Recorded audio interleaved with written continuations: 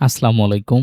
Education care Facebook page এবং YouTube চ্যানেলে ষষ্ঠ শ্রেণীর নতুন আরেকটি ভিডিও টিউটোরিয়ালে সবাইকে স্বাগতম।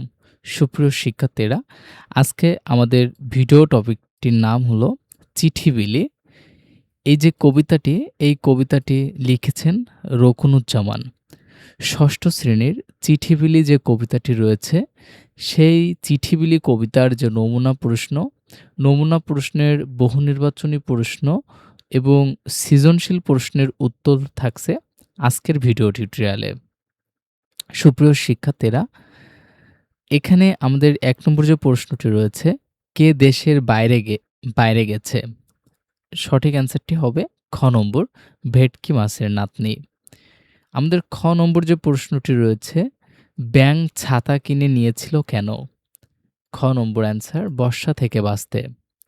শিক্ষার্থীরা, আমাদের একটা উদ্দীপক দেওয়া হয়েছে। এই উদ্দীপকটি পড়ে ৩ এবং ৪ নম্বর প্রশ্নর অ্যান্সার লিখতে হবে।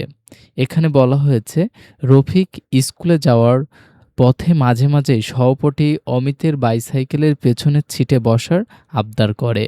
অমিতও তাকে না করতে পারে না, কিন্তু কয়েকদিন যাওয়ার পর রফিক অমিতের অনাগ্রহ ও বিরক্ত বুঝতে পারে। সে এটাও জানতে পারে যে একদিন অমিত তাকে সাইকেল থেকে ফেলে দিবে। এই অবস্থায় রফিক নিজেই একটা সাইকেল কেনার সিদ্ধান্ত নেয়। স্কুলে যেতে সে আর সহপাঠীদের সাইকেলের উপর নির্ভর করে না।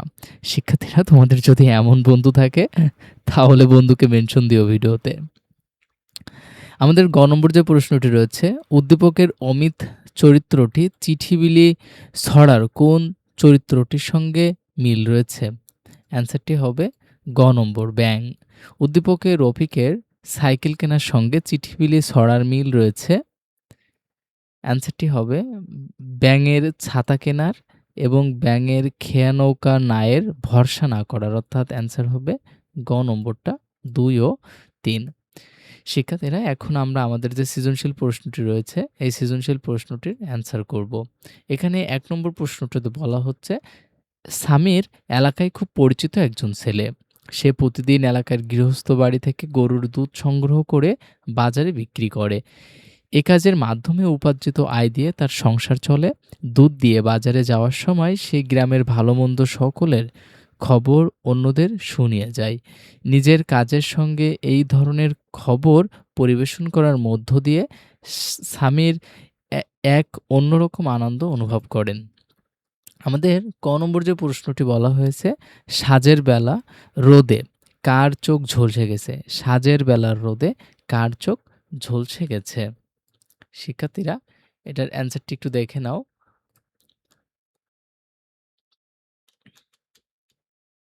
সাঁঝের বেলার রোদে খলসে মাছের চোখ ঝলসে গেছে। আমাদের খ নম্বর যে প্রশ্নটি আছে, জবর মাঝি সাচ্চা কে বুঝিয়ে লেখো? জবর মাঝি সাচ্চা কে? বুঝে লেখো। ছড়াটিতে চিংড়ি মাছের বাচ্চাকে নৌকার মাঝি হিসাবে দেখা যায়। সে যখন পানি নদীর পানিতে নৌকা ভাসায় তখন চোখ বন্ধ করে হাল ধরে। তাকে দেখে মনে হয় সে একজন ভালো মাঝি। ভালো মাঝিরা ঠিক এইভাবে হাল ধরে নৌকা চালায়। তাই চিংড়ি মাছের বাচ্চাকে দেখে তাকে জবর মাঝি সাচ্চা বলা হয়েছে। আমাদের গ নম্বর যে প্রশ্নটি রয়েছে, উদ্দীপকের স্বামীর চরিত্রের সঙ্গে চিঠি বিলি ছড়ার কার চরিত্র সঙ্গতিপূর্ণ এবং কেন সেটি ব্যাখ্যা করো। গ নম্বর উত্তরটি দেখে নাও। উদ্দীপকে স্বামীর চরিত্রের সঙ্গে চিঠি বিলি ছড়ার ব্যাঙের চরিত্রটি সঙ্গতিপূর্ণ।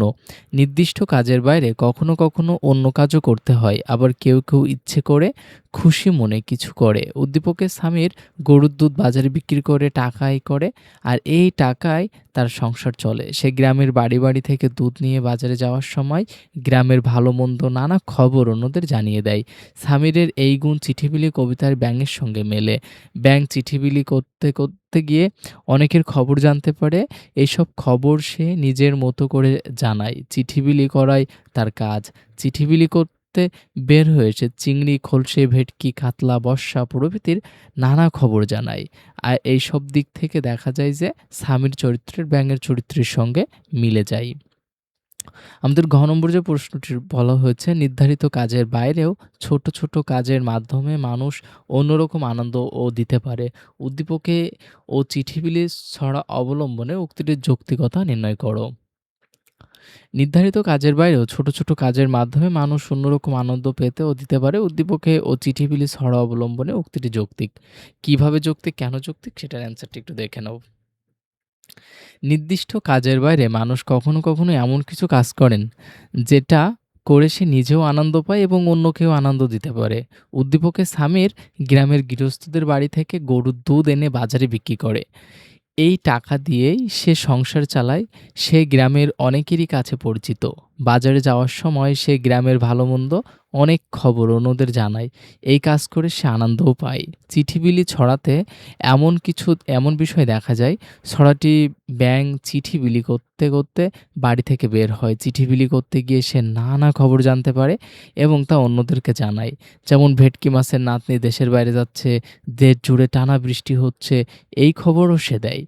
ব্যাঙ এসব কাজ নিজে থেকে করে, এতে সে আনন্দ পায় এবং অন্যরাও খুশি হয়। তাই উপরোক্ত আলোচনার মাধ্যমে বলা যায়, প্রশ্নের দেওয়া কথাটি সঠিক ও যুক্তিসঙ্গত। শিক্ষার্থীরা, এই ছিল তোমাদের আজকের চিঠিবিলি যে কবিতাটি রয়েছে, ষষ্ঠ শ্রেণীর চারুপাঠ বইয়ের যে চিঠিবিলি কবিতাটি রয়েছে, সেই কবিতাটির নমুনা প্রশ্নর বহুনির্বাচনী প্রশ্ন এবং সংক্ষিপ্ত সৃজনশীল প্রশ্নটির অ্যান্সার। শিক্ষার্থীরা, আমাদের চ্যানেলের ক্লাসগুলো তোমার কেমন লাগে সেটা অবশ্যই আমাদের কমেন্টে জানাও। তোমার বন্ধুদের সাথে শেয়ার দিও, একটা লাইক করো, কমেন্ট করো আর একটা সাবস্ক্রাইব করে দিও। কারণ তোমাদের ছোট, ছোট এইগুলোই আমাদেরকে সবসময় অনুপ্রাণিত করে। দেখা হচ্ছে পরবর্তী কোনো ক্লাসে। সে পর্যন্ত সকলেই ভালো থাকো, সুস্থ থাকো। আল্লাহ হাফেজ।